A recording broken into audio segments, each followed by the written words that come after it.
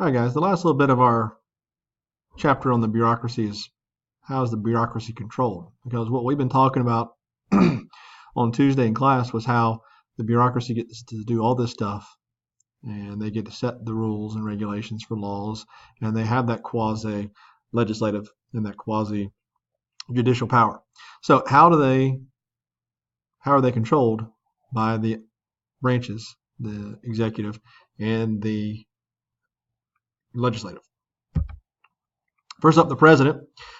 He gets to appoint and remove most of the agency heads. So that's a big way he controls them. It's his people. Okay. We talked about the Plum Book on Tuesday, and all those positions he gets to pick. He gets to pick his people, and they should be doing what he wants them to do. He can also remove them and fire them if he wants to. Issue executive orders. If a bureaucratic agency is doing something he doesn't like, he can create an executive order, if Congress is not going to work with him, that would affect a bureaucratic agency possibly.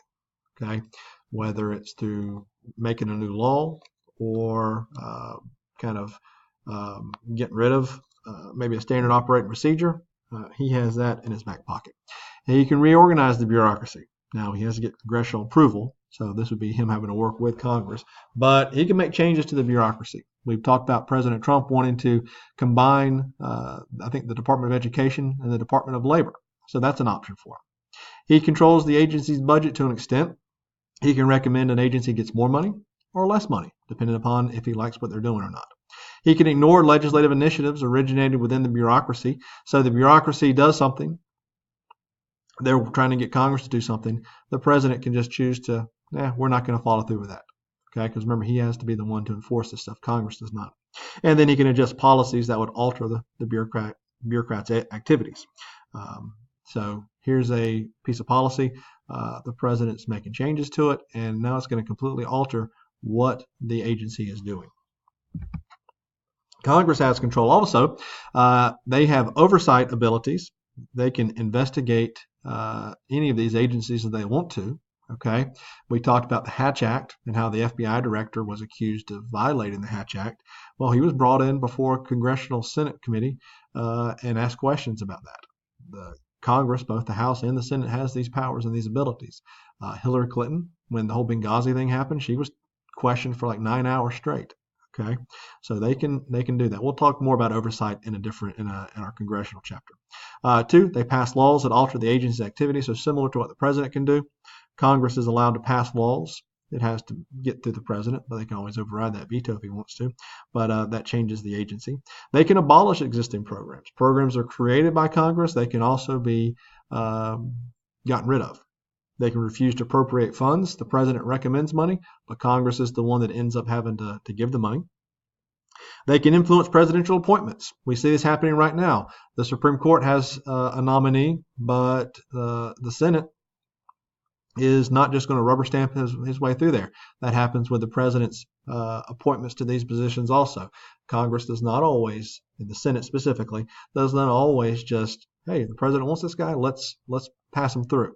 Okay, and we saw this with our current president's nominations to a lot of his cabinet positions. The Senate and the Senate Democrats fought a lot of those positions. Okay, and if they come out and say, we're not going to pass this person, the president probably needs to look elsewhere. Lastly, congressional review. They can review and overrule regulations issued by government agencies. So just like the president can do that, so can Congress. So if Congress, for the most part, leaves the agencies alone and lets them do their own thing, but they can overrule what the agencies are doing as far as the procedures go. Okay.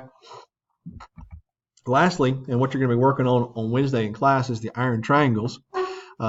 This is a network, basically, okay, of interconnectedness. I don't think I said that correctly. Anyways, they are the bureaucratic agencies, the congressional committee, and the interest group.